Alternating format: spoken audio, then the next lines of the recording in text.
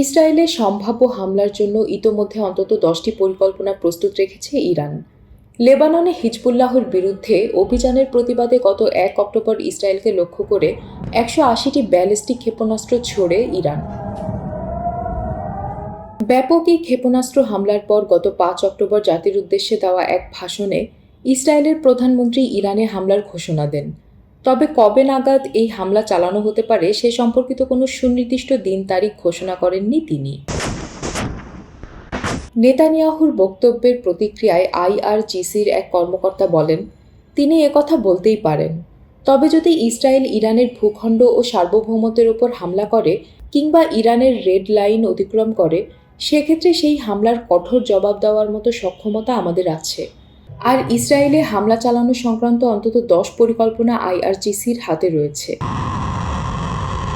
এই 10টি পরিকল্পনার কয়েকটি যদি আইআরজিসি বাস্তবায়ন শুরু করে, তাহলে ইসরায়েল অভূতপূর্ব সংকটে পড়বে। প্রসঙ্গত, ইরান এবং ইসরায়েল মধ্যপ্রাচ্যের দুই চিরবৈরী দেশ। মধ্যপ্রাচ্যে ইরানের সমর্থন ও মদতপুষ্ট যেসব সশস্ত্র রাজনৈতিক গোষ্ঠী রয়েছে, সেগুলোর প্রত্যেকটির লক্ষ্য রাষ্ট্র হিসেবে ইসরায়েলকে ধ্বংস করা। তবে দুদেশের বৈরিতা আরও বৃদ্ধি পায় 2023 সালে ইসরায়েল হামাস যুদ্ধ বাধার পর থেকে। গত বছর 7 অক্টোবর থেকে শুরু হওয়া এই যুদ্ধ এখনও চলছে। এদিকে ইসরায়েলি বাহিনী অভিযান শুরুর পর থেকে হামাসের প্রতি সংহতি জানিয়ে দক্ষিণ লেবানন থেকে ইসরায়েলকে লক্ষ্য করে রকেট ও ক্ষেপণাস্ত্র ছোড়া শুরু করে ইরানের সমর্থনপুষ্ট সশস্ত্র ইসলামিক গোষ্ঠী হিজবুল্লাহ। জবাব দিতে শুরু করে ইসরায়েলও। উভয় পক্ষের সংঘাতে এ পর্যন্ত কয়েক হাজার মানুষ নিহত হয়েছেন। নিহতদের অধিকাংশই হিজবুল্লাহর সদস্য এবং লেবাননের নাগরিক। সেপ্টেম্বরের মাঝামাঝি থেকে হিজবুল্লাহর বিরুদ্ধে হামলার তীব্রতা বৃদ্ধি করে ইসরায়েল।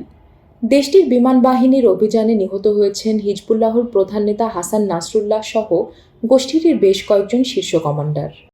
এক কথায় গত 2 সপ্তাহে হিজবুল্লাহর চেইন অফ কমান্ড ভেঙে দিয়েছে ইসরায়েল।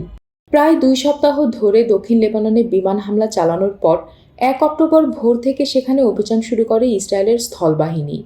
ওই দিন রাতেই ইসরায়েলকে লক্ষ্য করে বৃষ্টির মতো ব্যালিস্টিক ক্ষেপণাস্ত্র ছোড়ে ইরান। গত 3 অক্টোবর কাতারের রাজধানী দোহায় এক ব্রিফিংয়ে ইরানের প্রেসিডেন্ট মাসুদ পেজেশকিয়ান বলেছেন, তার দেশ ইসরায়েলের সঙ্গে যুদ্ধ চায় না। তবে ইসরায়েল যদি ফিলিস্তিন এবং লেবাননে সামরিক অভিযান বন্ধ না করে, তাহলে ভবিষ্যতে ইরান আরও কঠোর প্রতিক্রিয়া জানাবে।